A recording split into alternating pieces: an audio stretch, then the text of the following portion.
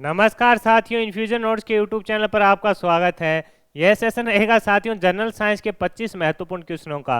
ये सभी क्वेश्चन साथियों जो 25 क्वेश्चन तैयार किए गए हैं, ये जो एनसीईआरटी की पुस्तकें हैं 6 से लेकर 10 विज्ञान की, उसमें से तैयार किए गए हैं।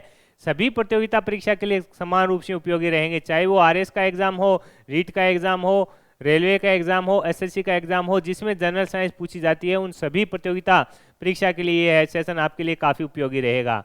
मेरे द्वारा किया जा रहा यह प्रयास आपको पसंद आ रहा है तो इस सेशन को लाइक व शेयर जरूर कीजिएगा। इन्फ्यूजन नोट्स के यूट्यूब चैनल को लाइक और सब्सक्राइब कीजिएगा, अपने दोस्तों में भी शेयर कीजिएगा।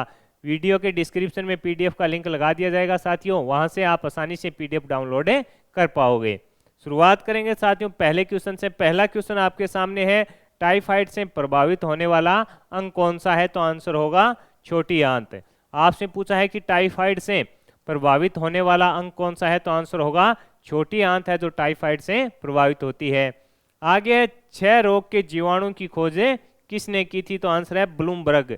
आंसर क्या रहेगा? ब्लूमबर्ग के द्वारा 6 रोग के जीवाणु की खोज की गई थी। इंपॉर्टेंट क्वेश्चन है, कई बार पूछा जा चुका है।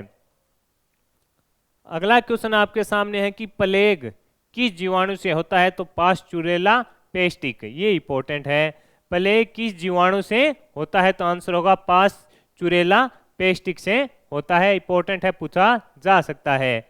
आगे है, कार्बोहाइड्रेट शरीर में किस रूप में संचित रहते हैं? तो आंसर होगा ग्लाइकोजोन। आंसर है ग्लाइकोजोन। कार्बोहाइड्रेट शरीर में किस रूप में संचित रहते हैं? तो आंसर होगा ग्लाइकोजोन के रूप में संचित रहते हैं। आगे है, 1 ग्राम कार्बोहाइड्रेट से लगभग कितनी ऊर्जा प्राप्त होती है? तो आंसर होगा 4 कैलोरी। 1 ग्राम कार्बोहाइड्रेट से लगभग कितनी ऊर्जा प्राप्त होती है? आंसर होगा 4 कैलोरी ऊर्जा प्राप्त होती है, पूछा जा सकता है। आगे है, आगे पूछा स्टार्च परीक्षण के लिए क्या सही है? तो आंसर है इसमें स्टार्च के साथ मिलकर जो आयोडीन है वो नीला रंग प्रदान करता है। रीट में पूछा जा चुका है साथियों क्वेश्चन। आपसे पूछा है कि स्टार्च परीक्षण के लिए क्या सही होता है, इसमें क्या होता है? तो आंसर होगा स्टार्च के साथ मिलकर आयोडीन नीला रंग है जो प्रदान करता है। इंपॉर्टेंट है, पूछा जा सकता है आपसे। आगे है, प्रोटीन में कौन सा तत्व पाया जाता है? प्रोटीन में कौन सा तत्व पाया जाता है? तो आंसर होगा नाइट्रोजन। प्रोटीन में कौन सा तत्व पाया जाता है? तो आंसर होगा नाइट्रोजन। ये क्वेश्चन साथियों रेलवे एसएससी में कितनी बार पूछा जा चुका है कि प्रोटीन में कौन सा तत्व पाया जाता है? आंसर होगा नाइट्रोजन। आगे है, प्रोटीन कॉपर सल्फेट तथा सोडियम हाइड्रोक्साइड से क्रिया कर किस रंग में परिवर्तित हो जाता है? प्रोटीन कॉपर सल्फेट तथा सोडियम हाइड्रोक्साइड अन्य OH से क्रिया कर किस रंग में परिवर्तित हो जाता है? तो आंसर है बैंगनी रंग में परिवर्तित हो जाता है। इंपॉर्टेंट है, पूछा जा सकता है।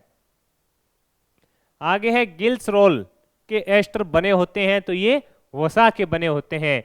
गिल्स रोल के एस्टर किसके बने होते हैं? तो आंसर होगा वसा के बने होते हैं। आगे है, विभिन्न हार्मोन्स तथा जैव उत्प्रेरक बनाने में भोजन का कौन सा अवयव आवश्यक है? तो आंसर होगा खनिज लवण। इंपॉर्टेंट लगा लेना, पूछा जा सकता है। कौन सा अवयव आवश्यक है? तो आंसर होगा खनिज लवण है वो आवश्यक है। आगे बढ़ेंगे, अगला क्वेश्चन है कि कोशिकाओं में परासरणी संतुलन का कार्य करने वाले खनिज कौन से हैं? तो आंसर होगा पोटेशियम व सोडियम। कोशिकाओं में परासरणी संतुलन का कार्य करने वाले खनिज लवण कौन से हैं? तो आंसर होगा सोडियम व पोटेशियम। आगे है, कौन सा तत्व साथियों रक्त का थक्का जमाने में सहायक है? तो आंसर होगा कैल्शियम। ये इंपॉर्टेंट है, पूछा जा सकता है। कौन सा तत्व रक्त का थक्का जमाने में सहायक है? तो आंसर होगा कैल्शियम। अगला क्वेश्चन आपके सामने है, पके हुए जो अंगूर है उनमें पाई जाने वाली शर्करा कौन सी है? तो आंसर होगा ग्लूकोज। कौन सी है? ग्लूकोज। सर्वाधिक प्रोटीन पाया जाता है तो रक्त प्लाज्मा में। कहाँ पे पाया जाता है? रक्त प्लाज्मा में। रीट में पूछा जा चुका है साथियों ये क्वेश्चन। सर्वाधिक प्रोटीन पाया जाता है तो आंसर होगा रक्त प्लाज्मा में।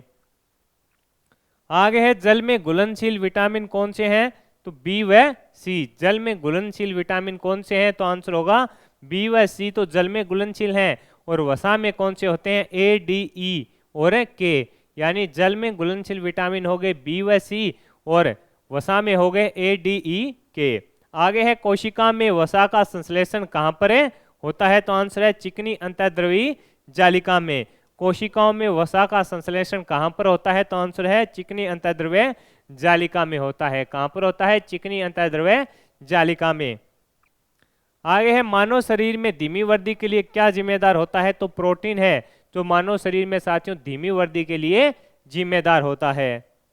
मानव शरीर में धीमी वृद्धि के लिए कौन जिम्मेदार होता है, तो आंसर है प्रोटीन है जो धीमी वृद्धि के लिए जिम्मेदार होता है। आगे है स्टार्च को माल्टोज में परिवर्तित करने वाला एंजाइम डायस्टेस।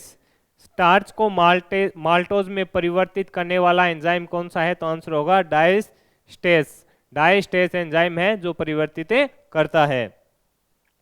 आगे है पाचन तंत्र में किस अंग में भोजन का पाचन किया जाता है।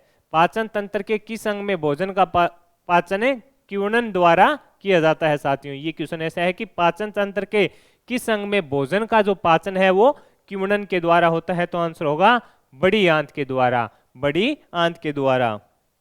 आगे है मनुष्य में आहार नाल की लंबाई कितनी होती है, तो आंसर है 8 से 10 मीटर होती है। मनुष्य में आहार नाल की लंबाई 8 से 10 मीटर होती है। आगे है ग्रीशिका व अमाशय को विभाजित करने वाली संकुचन पेशियां कौन सी है, तो आंसर होगा इसका ग्रास नलिका अवरोधनी। ग्रास नलिका अवरोधनी इसका आंसर रहेगा। ग्रासिका व अमाशय को विभाजित करने वाली संकुचन पेशियां कौन सी है, तो ग्रास नलिका अवरोधनी है। आगे है छोटी आंत के किस भाग में सर्वाधिक पाचन होता है, तो आंसर है ग्रहणी। छोटी आंत के किस भाग में सर्वाधिक पाचन होता है, तो आंसर है ग्रहणी।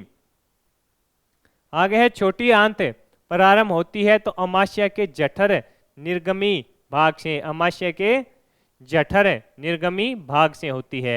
आगे है भोजन के रासायनिक पाचन में सबसे महत्वपूर्ण भूमिका ग्रहणी की होती है। आगे है मनुष्य के शरीर के किस भाग को रोडमस एम्पल कहा जाता है, तो आंसर होगा थायराइड उपास्थियों को। थायराइड उपास्थियों को कहा जाता है। तो साथियों इस सेशन में जो जनरल साइंस के महत्वपूर्ण क्वेश्चन थे वो मैंने शेयर कर दिए हैं। ये सभी क्वेश्चन एनसीईआरटी की जो पुस्तकें हैं उसमें से तैयार किए गए हैं। मेरे द्वारा किया गया यह प्रयास आपको पसंद आया है तो इस सेशन को लाइक व शेयर जरूर कीजिएगा। इन्फ्यूजन नोट्स के यूट्यूब चैनल को लाइक व सब्सक्राइब कीजिएगा और अपने दोस्तों में भी इसे शेयर कीजिएगा। वीडियो के डिस्क्रिप्शन में साथियों PDF का लिंक डाल दिया जाएगा, वहाँ से आप डाउनलोड कर पाओगे। धन्यवाद।